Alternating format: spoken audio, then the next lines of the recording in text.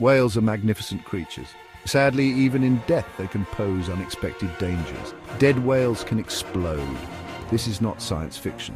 It's a real phenomenon caused by the buildup of gas inside the decomposing carcass.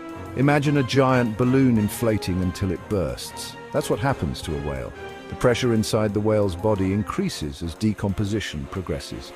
Eventually, this pressure becomes too much for the whale's skin and bones to contain. The result is a spectacular and often messy explosion. But how does this happen? What causes such a buildup of gas? Decomposition is a natural process. When an organism dies, its body begins to break down. Bacteria play a key role in this process. They feed on the dead tissues, releasing gases like methane, hydrogen sulfide, and ammonia. In a small animal, these gases escape easily, but a whale's immense size traps the gases. The whale's thick blubber acts like a seal, preventing the gases from escaping. As bacteria continue to feast on the whale's internal organs, the pressure inside the carcass builds. This process can take days, weeks, or even months. It depends on factors like the whale's size, the temperature, and the types of bacteria present. But one thing is certain: the longer the gases build up, the greater the risk of an explosion. The most famous case of a whale explosion happened in Florence, Oregon in 1970.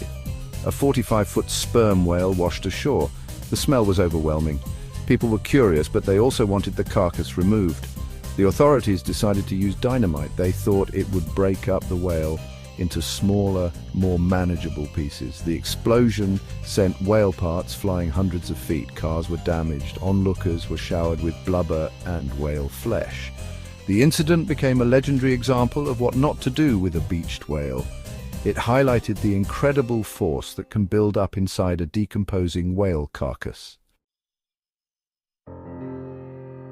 Section 4. Nature's explosions, a global phenomenon. The Oregon incident wasn't an isolated event. Whale explosions have been reported worldwide. In 2004, a sperm whale carcass exploded in Tainan City, Taiwan. The explosion was so powerful that it splattered blood and guts over buildings and bystanders. In the Faroe Islands, where whale hunting is still practiced, people have witnessed explosions during the butchering process. These events are a stark reminder of the power of nature and the importance of treating these animals with respect, even in death.